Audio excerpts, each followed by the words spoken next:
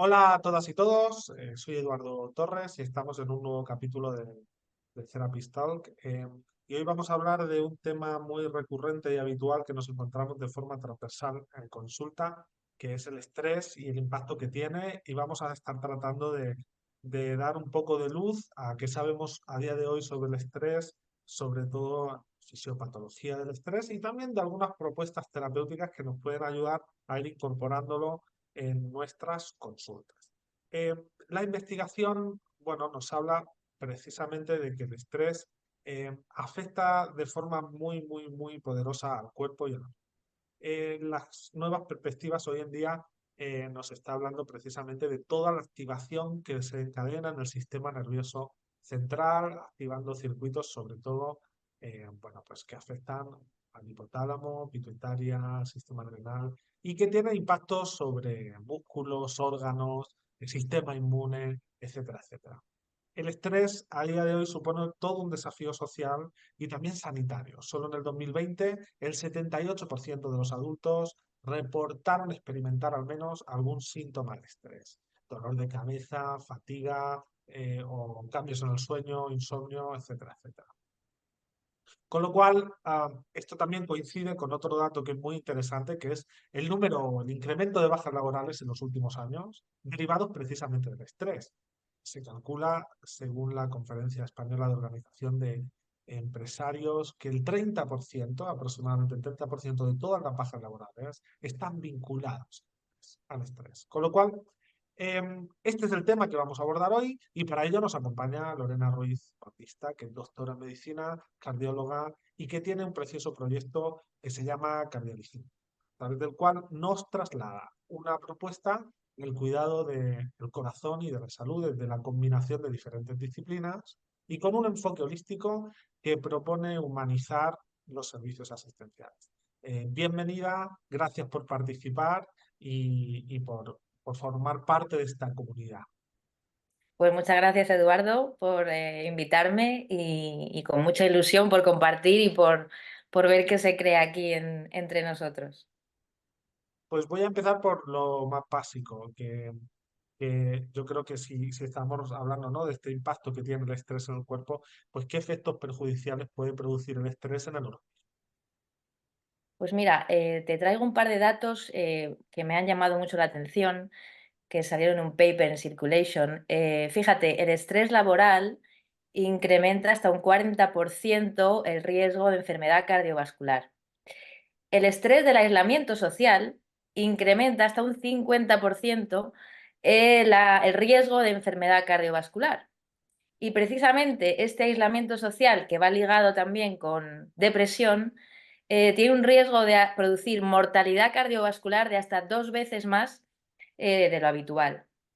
Entonces, independientemente de todo esto, sí que se ha visto que, aparte del riesgo cardiovascular, el estrés mal gestionado, porque hay un eustrés y un distrés, pero bueno, estamos hablando del estrés como eso que nos supera, ¿no?, que supera nuestros mecanismos de homeostasis. Este estrés tiene efectos en todo el organismo, desde los ritmos circadianos, como pueden ser el sueño, como pueden ser los ritmos hormonales, los ritmos del sistema inmune, produciendo más predisposición a infecciones, predisposición a enfermedades autoinmunes, y fíjate aún más, voy un paso más allá, incremento predisposición a riesgo de carcinogénesis. Además, a nivel metabólico, es principalmente inductor de alteraciones del metabolismo hidrocarbonado, produciendo más riesgo de diabetes, obesidad y problemas metabólicos. Aumento de la hipercoagulabilidad, disfunción endotelial, con lo cual todo el sistema cardiovascular se ve afectado, desde la circulación cerebrovascular hasta la irrigación de los miembros. Y no solo eso, también siguiendo el eje cerebro-corazón-intestino, alteraciones intestinales, alteraciones hormonales, ginecológicas y pues conductuales, cognitivas, alteraciones de la memoria, foco de atención y todo tipo de disfunciones en las relaciones, ¿no? Cuando uno está estresado, se altera todo, lo bio, lo psico, lo emociono, lo social, y hay un deterioro de la calidad de vida en general. ¿Y cuáles dirías? Bueno, es evidente, ¿no? Que tiene un impacto sistémico que afecta a todas las partes, pero ¿cuáles son los mecanismos que subyacen al estrés? ¿Cuáles dirías que son esos mecanismos?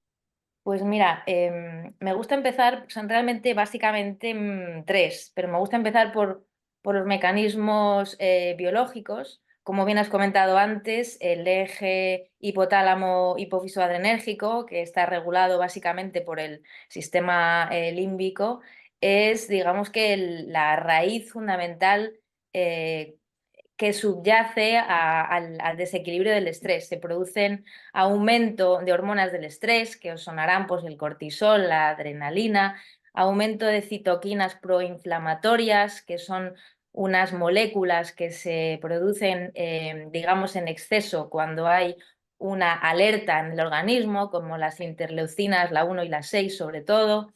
Se producen disfunciones en el endotelio, que es esa capa de celulitas que reviste los vasos sanguíneos por dentro.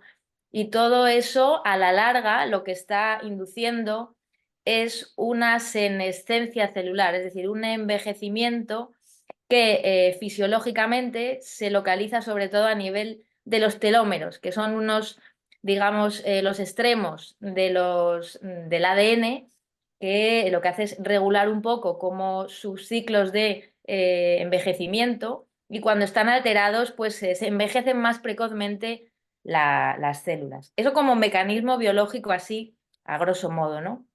Luego está el mecanismo conductual, que efectivamente se ha visto que cuando uno o una tiene o sufre de estrés, evidentemente sus hábitos alimentarios son menos saludables.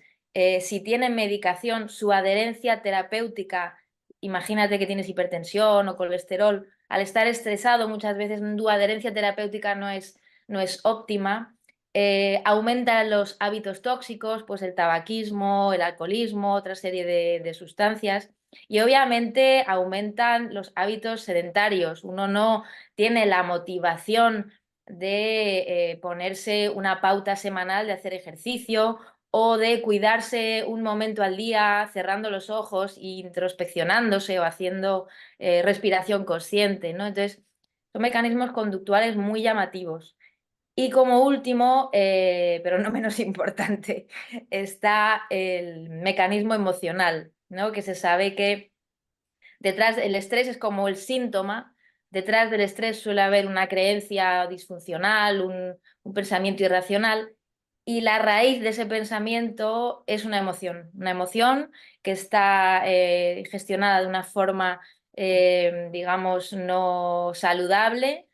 Y en ese mecanismo cuerpo-emoción, yo cuando hablo de emoción hablo de cuerpo, luego si quieres hablamos de esto, pues se arraiga esa creencia y produce el síntoma del estrés que se manifiesta pues como ansiedad, como depresión, como miles de cosas que cada quien pues manifiesta según bueno, pues sus patrones, ¿no? Mm. Es interesante esto que dicen, ¿no? Porque, bueno, también hay mucha evidencia y sabemos que no todas las personas responden al estrés de la misma manera, hay una gran Mm. variabilidad, bueno, pues en función de la persona. Eh, y dentro de estas particularidades es interesante esto que señalas de las atribuciones personales que cada persona tiene ante una situación que puede considerar como estresante o no, y en cómo eso afecta a la experiencia que cada uno tiene sobre el estrés. Mm. En este sentido, me parece interesante fijarse en elementos psicológicos como el pensamiento, los rasgos de personalidad o características o la que señalan las emociones. Con lo cual, ¿cómo dirías tú que se relacionan las emociones con el sistema nervioso y con el concepto este que decías antes de homeostasis? Pues mira, etimológicamente emoción viene de emovere, ¿no? Que es movernos hacia. Movernos, ¿por qué decir? El movimiento es la base de la vida, porque estamos aquí programados para sobrevivir. Entonces, para sobrevivir tenemos que diferenciar si los estímulos que tenemos en nuestro entorno son amenazantes o son seguros. Ujú, Y en ese discernimiento hay un sistema que es el sistema nervioso autónomo, que es el que cataloga los estímulos, esto es peligroso, esto no, y pone en marcha vías que son o la vía simpática con la movilización hacia la lucha o la huida, y la vía parasimpática con pues, el regreso a la calma o, bueno, luego hay otra rama parasimpática que nos paraliza y que nos produce el desmayo bueno, es el sistema nervioso del vago dorsal, pero bueno, en principio, así como a grandes rasgos, estos dos sistemas que forman parte del sistema nervioso autónomo están diseñados para eso, para que sobrevivamos, ¿no? Y en esa supervivencia, lo que nos, digamos, lo que nos mueve hacia un sitio hacia otro es la emoción. Entonces, cuando hay una amenaza, normalmente, ¿qué sentimos? Pues miedo, ¿no? Cuando hay, o incluso rabia, es un poco hablando a grandes rasgos. Cuando hay algo que nos resulta o que nuestro sistema nervioso interpreta como seguro, pues nos produce pues, emociones que se llaman agradables, ¿no? Pues amor, empatía, compasión, atracción, ¿no? Entonces, este sistema nervioso funciona de manera subconsciente, es decir, es tanta la rapidez que requiere el organismo para su supervivencia que si funcionáramos con la corteza prefrontal o con el sistema nervioso racional, que es el más joven dentro de los sistemas nerviosos, dentro de los tres cerebros que tenemos, según el modelo de MacLean, el cerebro del triuno, si tuviéramos que, digamos, esperar a que nuestro raciocinio viese si algo es amenazante o no, ya nos habría comido el león. Entonces, este sistema nervioso autónomo que funciona, vamos, no sé cómo se puede medir, si en mega no sé cuántos bytes o como sea, pero si lo pudiéramos medir sería miles de veces mucho más rápido que nuestro raciocinio. Entonces, este sistema nervioso que se arraiga en nuestro cerebro primitivo, en el reptiliano y en el mamífero o límbico, es en el cual reside una, digamos, bueno, pues un órgano principal que se llama amígdala, luego está el hipocampo, la ínsula, la corteza cingulada, una serie de sistemas imbricados entre sí que son los que están produciendo, gestionando, almacenando y recordando las emociones, ¿no? En base a si algo es amenaza o seguro.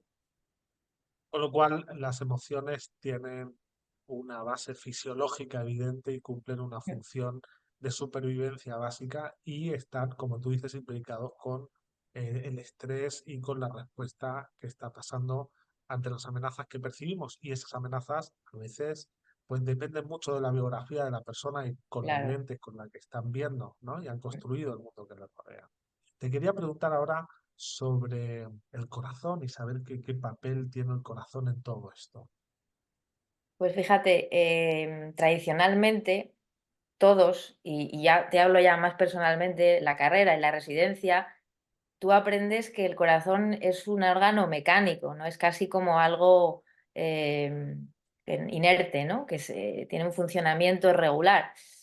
Pero cada día, y sobre todo a partir de los años 90, eh, nos estamos dando cuenta y sabemos ya a ciencia cierta y evidencia neurocientífica que el corazón es un órgano de procesamiento de información. Es un órgano fundamental para percibir. Y fíjate que te estaba hablando antes de que estamos programados para sobrevivir y para eso tenemos que percibir los estímulos. Pues ha visto que el corazón es fundamental para la percepción, porque hay un órgano que se llama tálamo, que es, digamos, el filtro que filtra todas las percepciones que nos vienen dadas desde fuera, incluso desde dentro, la interocepción, y el corazón y el tálamo tienen una relación estrechísima, tanto de abajo arriba como de arriba abajo. Pero fundamentalmente el 80% de la información es del corazón al tálamo y no al revés, ¿no? Es bottom up. Entonces, este procesamiento de información lo que hace es que las sensaciones, las percepciones que vienen de fuera y que producen cambios corporales, es decir, porque nosotros no percibimos directamente las cosas según son, sino percibimos los estímulos en función del cambio que ellos producen en nuestro cuerpo, en los receptores auditivos, en los receptores gustativos, en los receptores visuales. Los cambios inducidos por un estímulo producen una alteración en nuestro cuerpo, esa alteración es percibida por el cuerpo y lo transmite al cerebro. Es decir, en ese sistema, digamos, tan complejo, el corazón es como el que está comunicando al cerebro, ojo, que aquí hay un cambio. Y fíjate que dice Nazaret Castellanos que nosotros estábamos acostumbrados desde niños a decir, bueno, pues hay 5 sentidos, ¿no?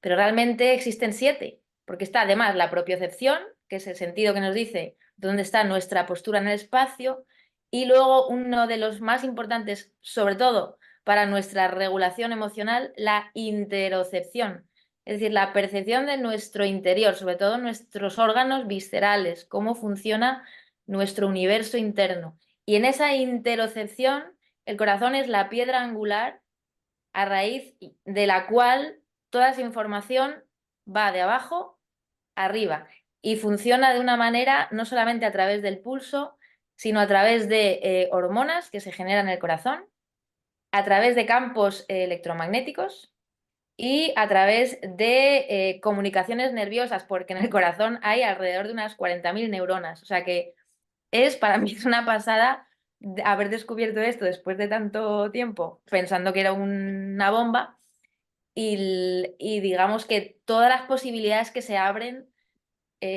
a partir de conocer esto. Es interesante, ¿no? Pues se pone de manifiesto la estrecha relación entre el cuerpo y la mente. Y lo podemos reconocer, por ejemplo, bueno, en expresiones que se utilizan históricamente, esas cosquillas, esas mariposas, eso, al final es el resultado de esa introspección, ¿no?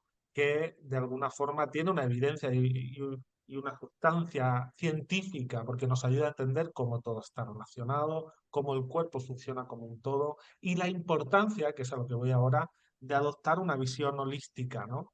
A la hora de poder intervenir sobre esto. Resulta muy significativo que muchas veces los psicólogos, por ejemplo, hablo de mi disciplina, ignoramos todo el impacto biológico y a la hora de hacer un abordaje, una intervención, dejamos pasar algunos recursos que son una puerta de entrada muy interesante para intervenir sobre esta fisiopatología del estrés.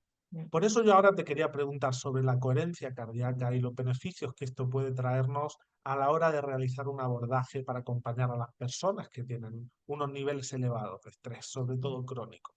Mm. Pues fíjate, la coherencia cardíaca, así como si fuera un titular, ¿no? ¿Qué es la coherencia cardíaca? Es un estado interno donde hay una sincronía muy perfecta o casi perfecta, porque la perfección del 100% no existe, entre el cerebro y el corazón. Entonces, es un estado donde hay principalmente 3 beneficios. El beneficio biológico de regular todos los ritmos, desde los ritmos del sueño, ritmo de la tensión, frecuencia cardíaca, ritmos respiratorios, digestivos, incluso, fíjate más, control del dolor. Es decir, se está estudiando principalmente en pacientes con fibromialgia, síndrome de fatiga crónica, que conseguir estos estados de coherencia cardíaca incrementa muchísimo la sensación de bienestar y la percepción del dolor disminuye. Entonces, es un beneficio fundamental, el biológico.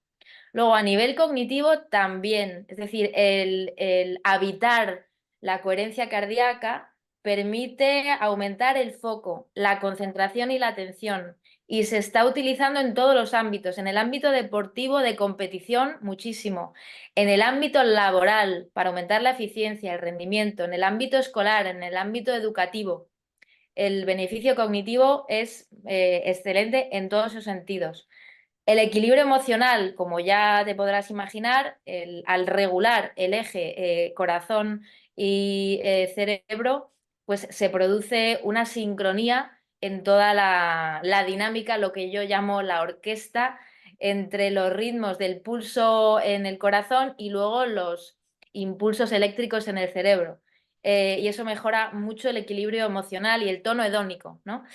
Y por supuesto, uno de los principales también beneficios que a mí me encanta trabajar en mis sesiones es el beneficio del interser, es decir, lo que somos capaces de relacionarnos es lo que nos va a proporcionar una sensación también de mayor salud, sobre todo la capacidad de verme en el otro. Eso lo llamo yo la mirada del corazón, ¿no? El interser, que lo dicen también en el budismo, y la sensación de cooperación y de pertenencia a un grupo. Tiene un poder exponencial de sanación. Fíjate la complejidad, si hablábamos antes de la estrecha relación entre el estrés, entre la mente, entre el cuerpo, ahora añadimos una variable más, que es toda esta parte relacional, de conectarnos Mm. con los demás como seres sociales y cómo eso también afecta a la experiencia del estrés y a bueno, la manifestación fisiológica del estrés. La coherencia cardíaca al final se ha convertido en un recurso interesante que muchos autores recomiendan implementar en nuestras terapias y entiendo que hay varias prácticas de coherencia cardíaca. Me gustaría que pudieras hablarnos de las que tú más utilizas y en las que has visto más beneficios.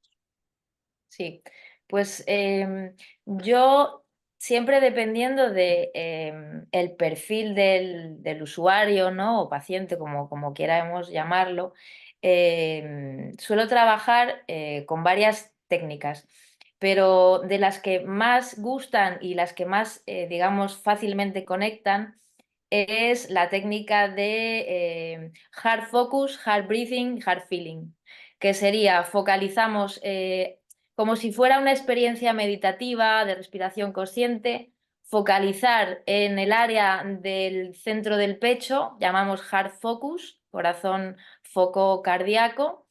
Luego heart breathing, que sería imaginarnos que no estamos respirando a través de fosas nasales, sino que el aire directamente entra y sale desde y hacia el corazón, como una visualización activa con incluso sensaciones. Uno llega a sentir que verdaderamente hay orificios que producen que el aire entre y salga del pecho.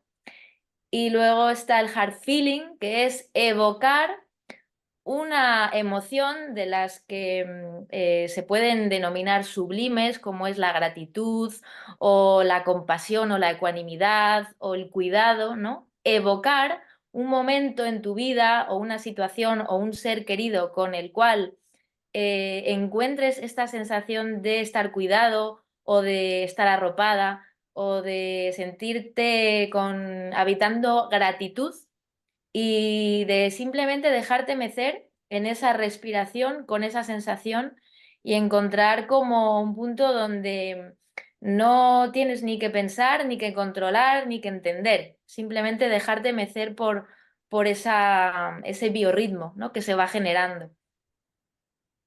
Interesante, ¿no? Porque al final, bueno, hay un debate de cómo se pueden integrar mejor estas prácticas en psicoterapia y bueno, también cómo son las formaciones para los terapeutas para que puedan aprender estas técnicas. Pero la realidad es que estas prácticas de coherencia cardíaca que mencionas, junto a otras como respiración profunda, meditación, biofeedback, se convierten en un recurso muy interesante. Pero si yo tengo que destacar algo de esta charla, que yo creo que es algo muy interesante, es la visión holística que ambos promovemos desde nuestras propias disciplinas, donde vemos que todo está relacionado. En un mundo donde se tiende a la especialización y cada vez más especializada, a veces perdemos el foco del todo y el trabajo que podemos hacer un psicólogo en su consulta se va a beneficiar cuando nos coordinamos con otros profesionales que desde otros ámbitos nos van a nutrir y nos van a acompañar, ¿no? El cuerpo, la mente, lo social, todo está relacionado y todo es una susceptible puerta de entrada para poder acompañar a las personas